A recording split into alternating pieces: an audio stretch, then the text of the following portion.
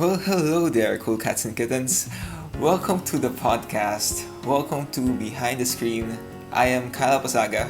Hi, my name is Andrea Costa. Hi, my name is Justin De La Rosa. Hi, my name is Ellie Goto. Hi, I'm Mika Leopoldo.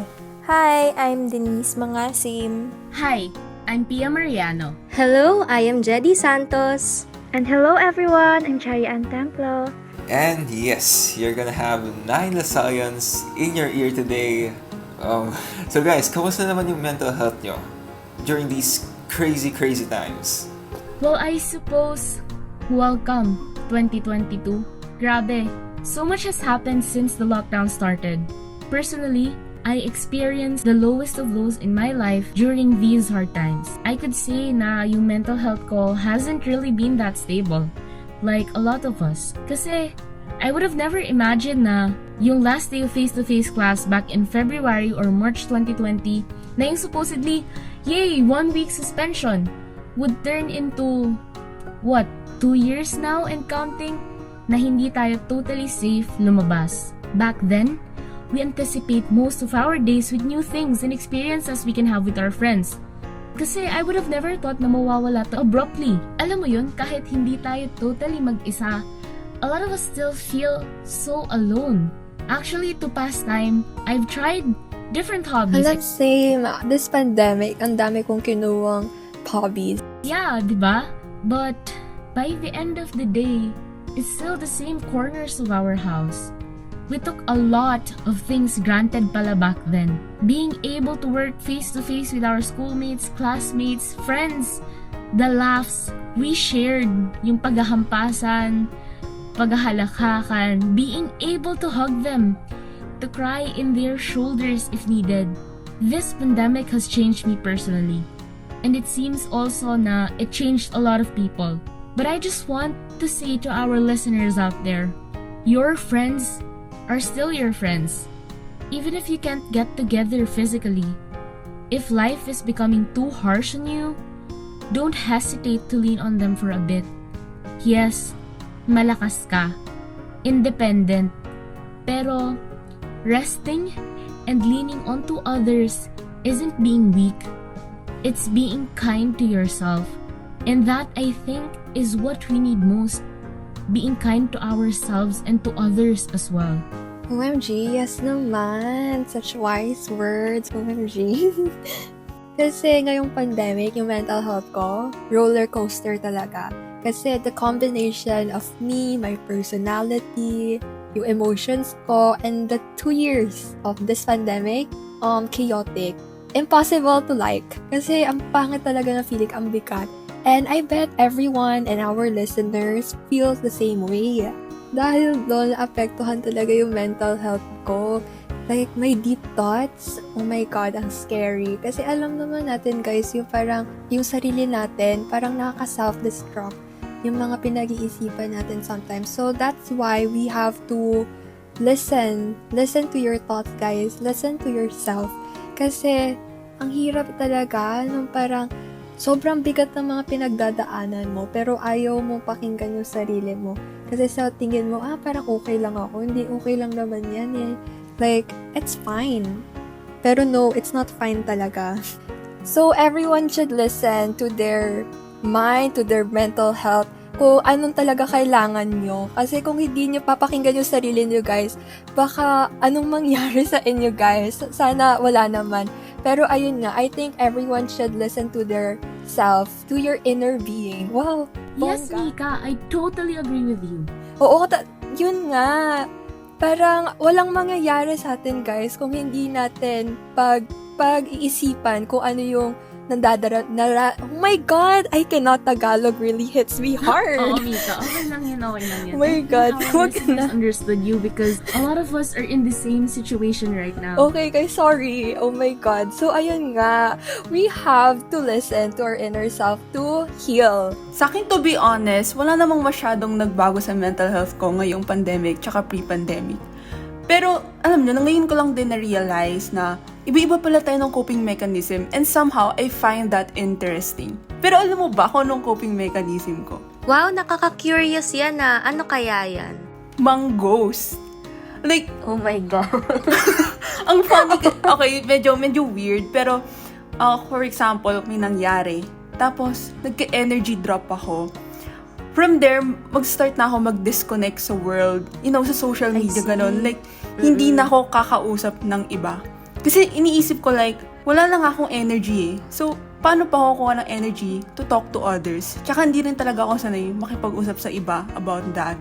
Actually, hindi nga siya coping mechanism eh. More on parang immediate reaction siya dun sa nafe-feel ko. And I actually want to fix this kasi helpful siya for me ngayon. Pero baka kasi maging unhealthy din siya for me in the long run.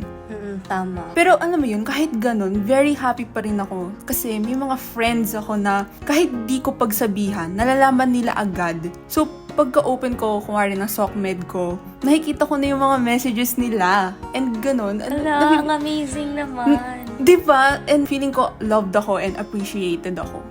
I'm really happy for you that you have that set of friends, no? I can't Sobra. imagine. Like, pagbukas mo nung social media mo, grabe na yung comfort and love na natatanggap mo. So, kanina, nagulat ako dun sa nasabi mong ghosting, no? Hindi dahil nagulat ako, pero dahil nakaka-relate ako.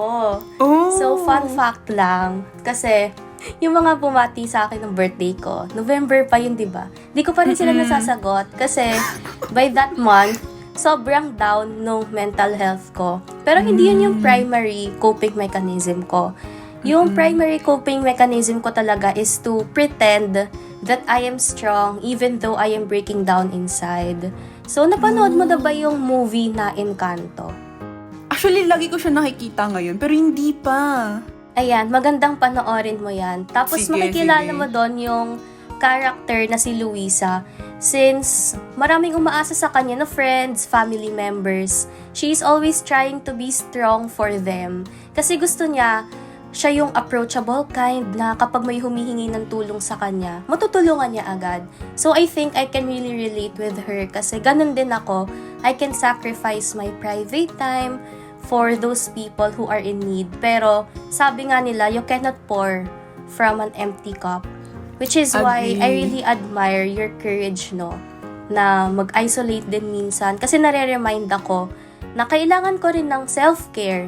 And sometimes, isolating myself is not selfishness. Kasi if I want to help others, I need to recover my energy. Sobrang happy ako na na-realize mo din siya na it's okay to be like, okay lang na magkaroon ka ng alone time. Kasi through that alone time, magkakaroon ka ng time to heal yourself.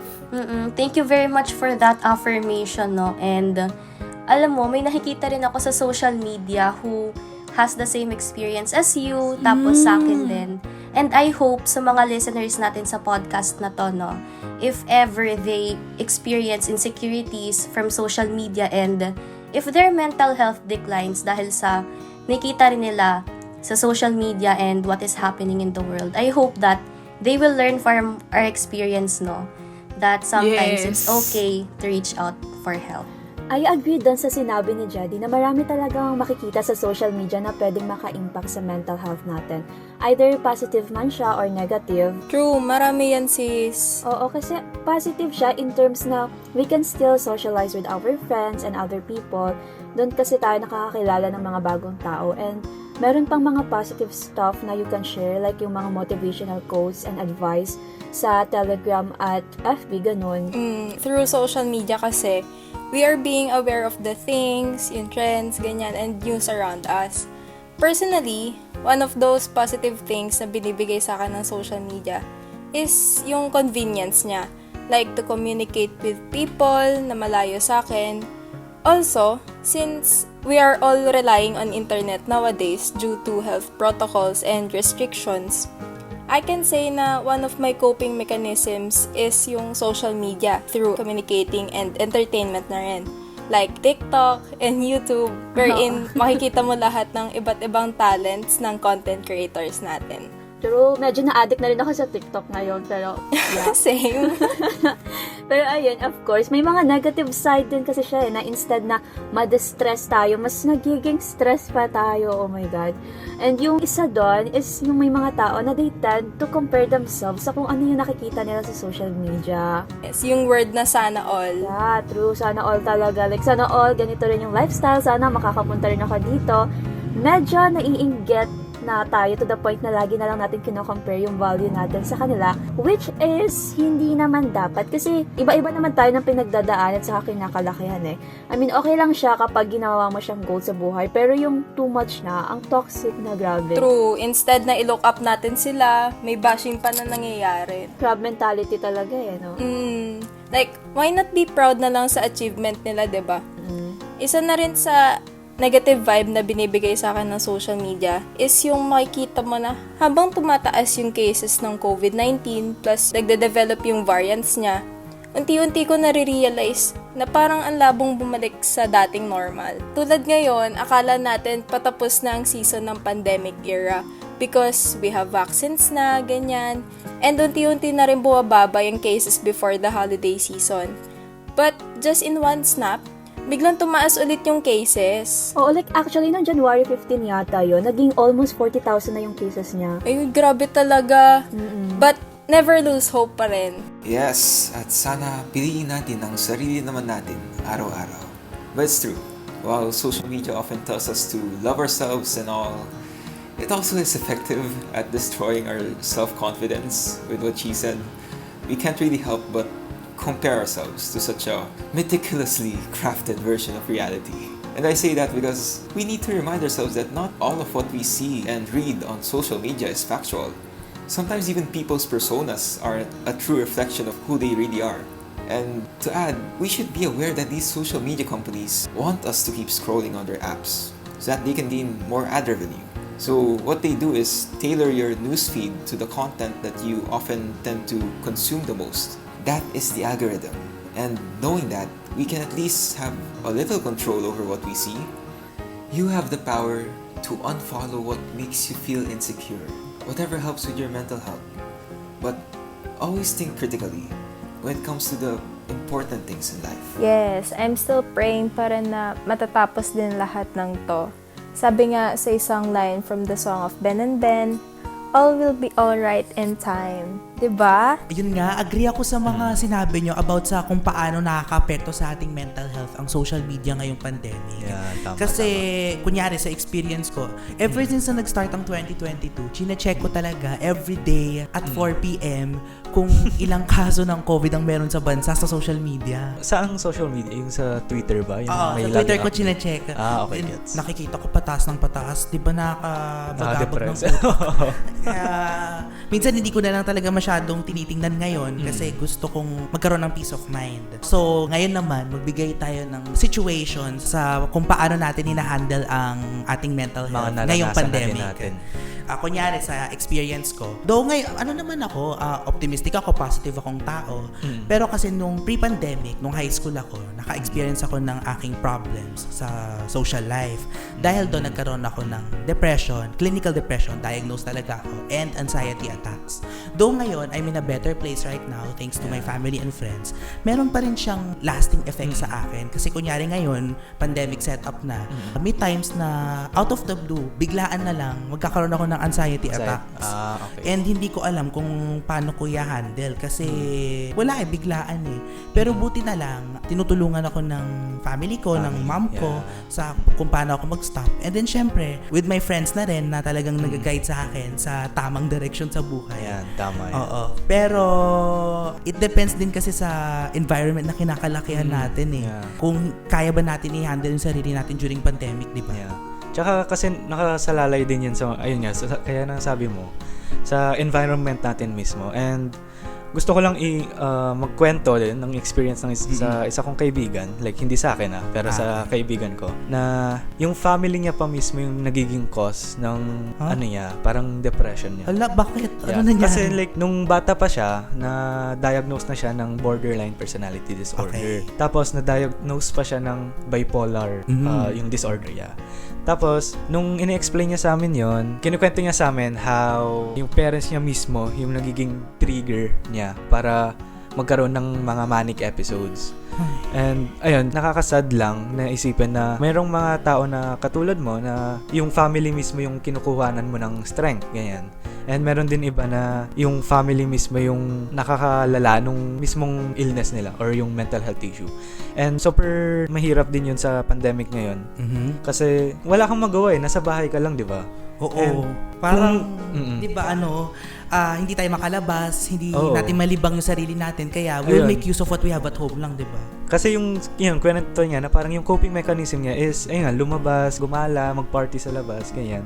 And ever since daw nung nag-start yung pandemic, kasama niya lang yung parents niya sa bahay. And ang lala pa, yung parents niya pa mismo yung nagtitrigger sa kanya. So, wala talaga siyang choice na magawa. And nakakalungkot lang na may mga ganun pala na tao na nararanasan yon, lalo na ngayong pandemic na ang hirap na nga ng buhay ngayon dahil sa mga virus at saka sa mga sinabi mo na tumataas na cases. Tapos dumadagdag pa sa kanila yung mental health issues na nangyayari. Diba? Kasi ang sad lang na kahit na medyo open-minded na yung generation natin ngayon, meron pa rin mga tao na nandun pa rin yung stigma about mental health na yung iniisip nila pag meron tayong mental health issues, either nababaliw ata tayo or nawawala sa sarili, gawa-gawa lang natin. Kaya doon sa mga tao na ka-experience ng gano'n, gusto ko talaga silang bigyan ng virtual hugs. Siyempre with consent. With consent dapat, di ba? Dapat lagi may consent. Yes! I agree din sa sinabi niya and I can relate din somehow. So moving on, despite sa issues and problems na napag-usapan natin kanina, as a Lasallian, how would you handle those issues if nangyari sa atin yun? Based dun sa naranasan ko dati, and of course, sa Lasallian core values na natutunan natin, ang pinanghahawakan ko talaga is yung spirit of faith o yung pananampalataya ko sa sarili ko, sa ibang tao, and most importantly kay God. Sa sarili ko, kasi ang ginawa ko, naniwala talaga ako sa sarili ko na kakayanin ko talagang malampasan lahat ng problema ko noon. And sa ibang tao naman, nagpapasalamat ako sa pamilya ko at sa mga friends ko dahil siguro kung wala sila, feeling ko hindi ako yung Justin ngayon na jolly, contented, and maybe meron pa rin akong bigat ng damdamin na dinadala sa buhay ko hanggang ngayon. Yes. Ako through faith din. Hindi kasi natin alam hanggang kailan or up to what extent lalala yung problems natin. So as a Lasallian, I will be still and have faith in Him because He is all-knowing Father. Hindi man align yung gusto natin sa nangyari, I know na may mas better plan pa siya for us in God's perfect time. Totoo yan. Sobrang importante kasi ngayon na ma-strengthen yung faith natin.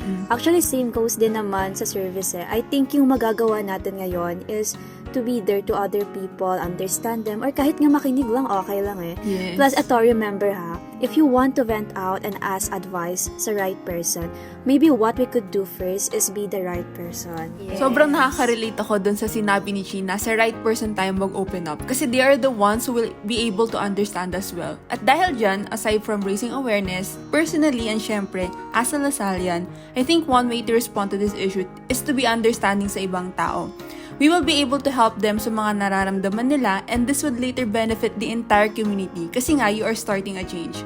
This will help us live in a world full of love and peace. How I say it, mukha siyang impossible and ambitious for some, but I know for sure that it will be achievable in the future. Yes, I couldn't agree more with you, Ellie, no? Ang ganda ng insights mo. And to continue, no, as a Lasallian, in terms of communion and mission, I think we can all participate in mental health causes na nagko-contribute sa pag-eliminate ng mental health stigma here in our country. Yes. And by the time that the stigma gets weaker, we must be united in educating our generation not to self-diagnose. Kasi what we need, aside from faith, no, is a medical professional. So to all listeners out there, may we learn how to incorporate our faith, our zeal for service, and communion and mission in eliminating the mental health stigma here in our country. Tama.